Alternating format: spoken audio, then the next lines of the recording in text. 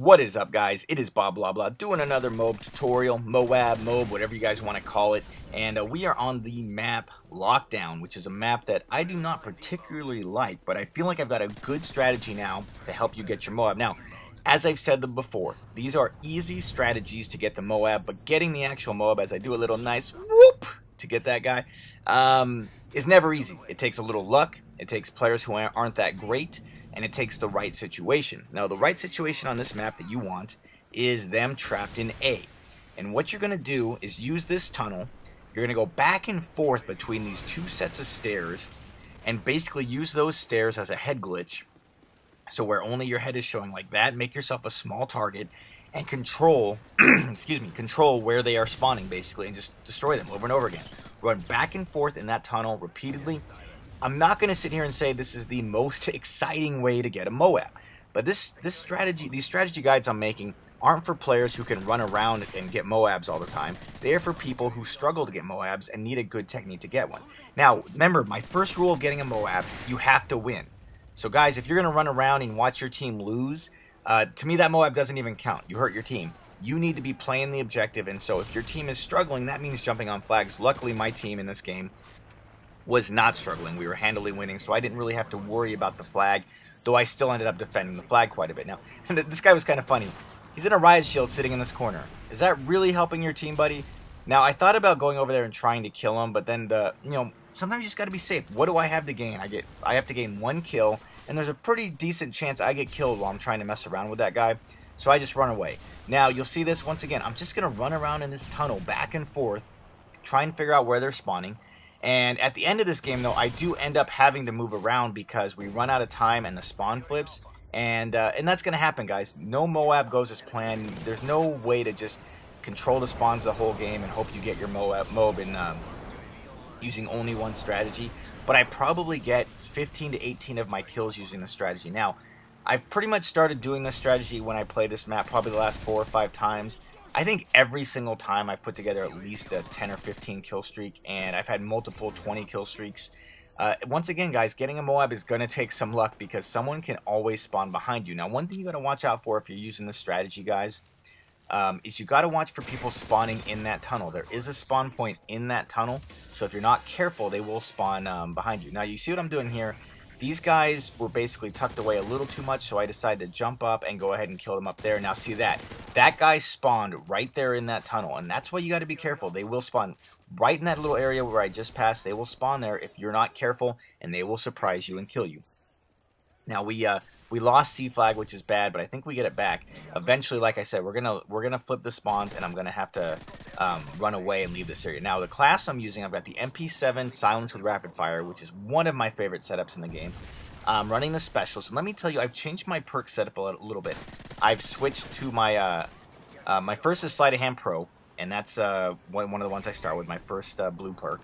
My first red perk is Hardline Pro. Now, I used to say you should start with Assassin or Blast Shield, something else, but I've completely changed my mind. If you have Hardline Pro, there's kind of this little glitch where oftentimes, you know how if you die, you're often dying in a gunfight and you wound somebody, and then when they get killed, you get an assist. Well, there's kind of a glitch where if you are running Hardline Pro and you die, but then you get an assist right away, it will actually give you your first tier perk right away. So you'll all have Assassin, even without killing somebody. So that's a huge benefit. So I've started running Hardline Pro as my first red, and then my bottom one, I use Sit Rep or Dead Silence usually. That one isn't as important to me. And then my first 3, I don't remember what I ran in this game, but generally I'm running a combination of Sit Rep Pro if I have that unlocked. Scavenger is almost always now my second one I get, because right about then is when I start to run out of bullets, and I really don't want to pick up guns. Because a lot of times you get weird guns. You get weird guns with ACOG. It's not like Black Ops where you could count on finding an AK-74U or a FAMAS around every corner. You get a lot of weird guns because people are still experimenting in this game. So I really like getting Scavenger, and I've moved that to my second. So right now I would go Assassin and then Scavenger as my first 2 that I earn. And then my next one, really, I kind of vary. Sometimes I run Blast Shield. Sometimes I run Quick Draw. I alter it up a little bit. So really at that point, it's not that big of a deal because you're almost to your specials, which you get at 7. And once you get your specials, you have them all. So really those first 3, other than Scavenger and Assassin, I don't think it really matters. I like Assassin because, once again, the goal is to stay alive. And if your goal is to stay alive, showing up on a UAV is bad.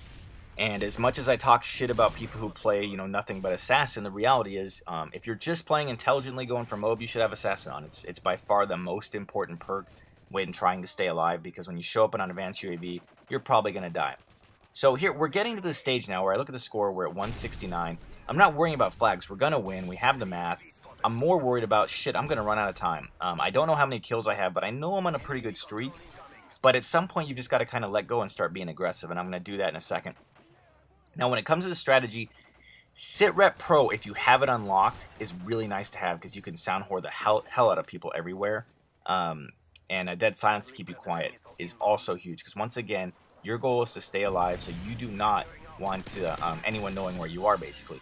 Now, you want to get a lot of kills like that. One other tip I will give you, the better players in this game, especially the true beasts, get a lot of kills where they're shooting people in the side and the back, because basically you have no chance of losing that gunfight. One-on-one, head-on gunfights, there's always a chance you're going to lose, whether it's because of lag, whether they get a fluke headshot on you. Even if you're a better player, you will lose one-on-one gunfights. And yeah, so to me, the best thing you can do is shoot them in the side. Now, if you see that, I hear B going, but I'm debating whether to run out there, but I find it's a mistake. And then I see on the UAV, I see someone shooting or someone show up there, and I think I just missed him. Did I just miss him? I might have just missed him. But sometimes, like I said, you're going to get lucky, but I'm at 183, so I'm just hustling now trying to find people. And I think that guy might have been AFK. I'm not sure. I hope he was, because that was easy. Now watch this. This next little thing, I get so lucky because he is reloading right there. If he wasn't, he hit his dual FMG 9s. I was pretty much guaranteed to die. Now you see I'm at 191. I know I'm close, and I am like flipping out because I'm like, how many kills do I need? I have no idea. Oh shit, I'm gonna run out of time. I ran out of time a bunch of times going for these things.